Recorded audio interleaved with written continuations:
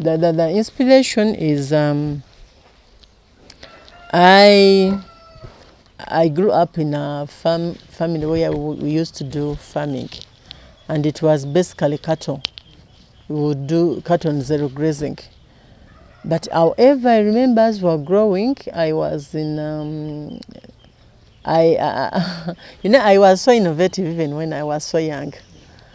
So, and they knew me. I was innovative and lucky. Let me say, I had luck.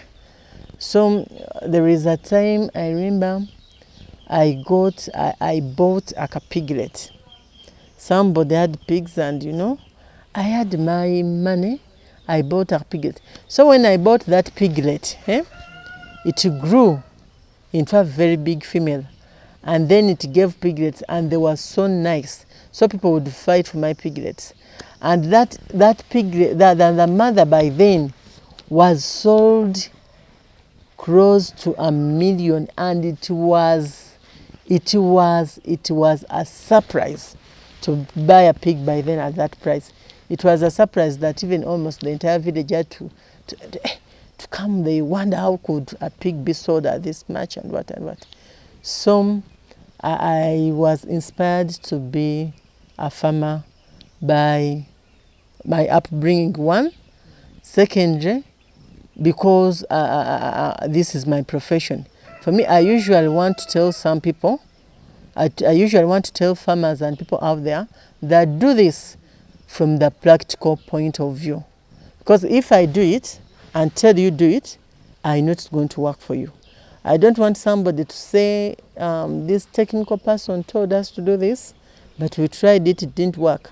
I'm telling you something that I'm 100% sure is going to work for you. There are so many breeds, but if somebody went for this Canberra, because it has a hybrid vigor at that level, it can be good start. And then if you get some of this semen, or the males from this line, kind of, and you use them on a female, that one will also be so good. And use them on the female, the Canberra female, that will also be so good. Sorry, I've not gone into that science. There is some science that I don't even mention because I know it's going to confuse us.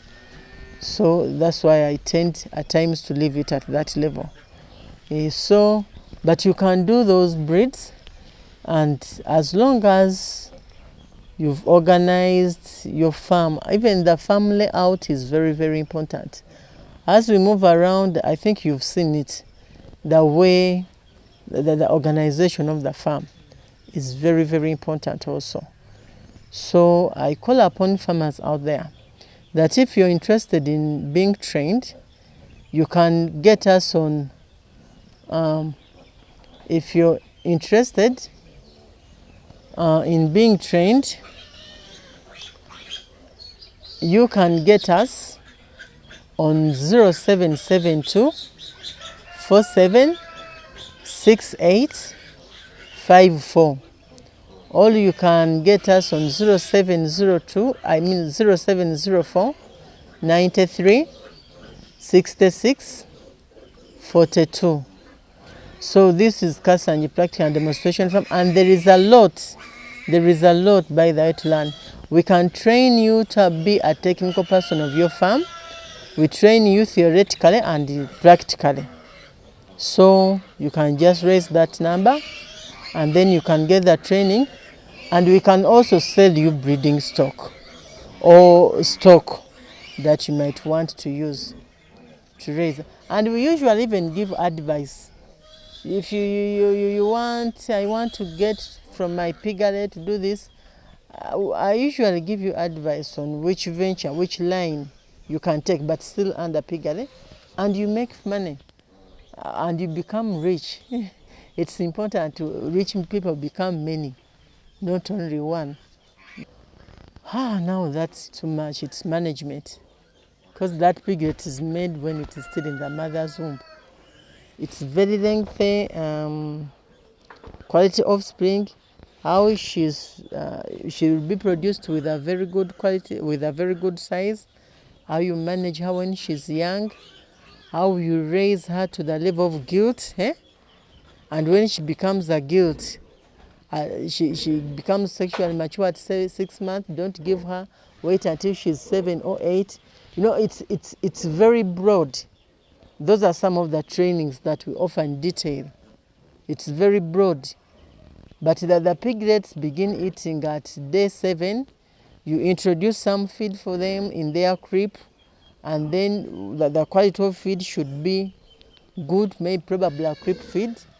And then as they grow up, you change them to the growers, and then when they become goods ready, you feed them again in a special way to give you a large litter size, and now they become mothers. You know, it's a very lengthy process that we may not be able to go through to know how best, but that's the process. Piglets begin eating at day 7. My last remark and advice goes to the women out there. I call upon women out there. I usually put more emphasis on women. One, there are several reasons, but one is because we are the mother of the country. And once a mother accepts something at heart, she can change, she can influence the father very fast. And once a mother accepts something at heart with passion, the nutrition security of the country can easily be changed once we women have accepted to do certain things. Because men are in office, they are busy out there, but most women are housewives, and once they accept, and they can do this because pigs, you don't need a very big piece of land. They can be reared in the backyard. And I've seen so many women educating their children up to university level by selling pigs. So that's why I'm advocating for women out there, that you can make it, your children can go to school. If the man of recent, the salaries in Uganda, you need to complement each other. If a husband is getting some little money, and you're getting some little money also in farming, then your children will go to good schools. But if you sit and fold your fingers, looking at school fees to come from one person, investment to come from one person, food to come from one person, then the chances of your children getting a better future are very limited. And you know, of recent, women, it's a reality, men want women who complement them, who support them. So in any way, you don't say, for me, I didn't go to the university, how can I support? I can't get a job. No, the job is here. We are calling upon you as a woman. Come, we train you. You go and do piggery, poultry, and other enterprises. You can start. A man will proudly support you, because a piglet here at 2 months is at 280,000. A man will give you that amount, or will buy you 3 piglets. Even if he buys 2 piglets, you start from that. A mother which is pregnant, a gilt, is at 1.5 M. You can decide to buy, and then he gives you. That's a very big investment. We shouldn't run in retail shops, all of us. If you sell a piglet at that much, just imagine this pig is going to produce twice in a year. Taking an average of 10 piglets each following, those are 20. You're selling, okay, let's take at minimum, you've sold your piglets at 200,000. How much money is that? Are you going to get that money from the retail shop? And you're not doing that only, you're doing also other businesses. So now I'm encouraging women, because I believe once a woman gets money, this money is going to benefit her children 100%. So please come. Let me train you. Let me share with you the experiences. I began very small as a woman. You might look at this and say, but that woman is talking and she's what? And doing farming does not mean that you should be a dirty woman. I'm not dirty as you see me. But you know, I dig. Looking as I look does not stop me from digging. In the morning I was in my rusuku working. You know, I dig. Digging does not mean that I should look dirty. I should look unattractive. You can still be attractive and very clean and look good, but you're also doing farming. Farming is not for the miserable women. I want women out there to know. Farming is not for the people who look miserable. Actually, the people who look nice are the farmers, because I can eat anything I want, I can control my diet the way I want it, and I can put money in my pocket and smile. And the happiness is that I see my children get what I want them to get through farming. So I think that's very great. I want to recognize the people I work with, the people who support me here. This job cannot be done by one person. I work with a team. Thanks to them. And let's keep the flag high. Together we shall get where we want to go.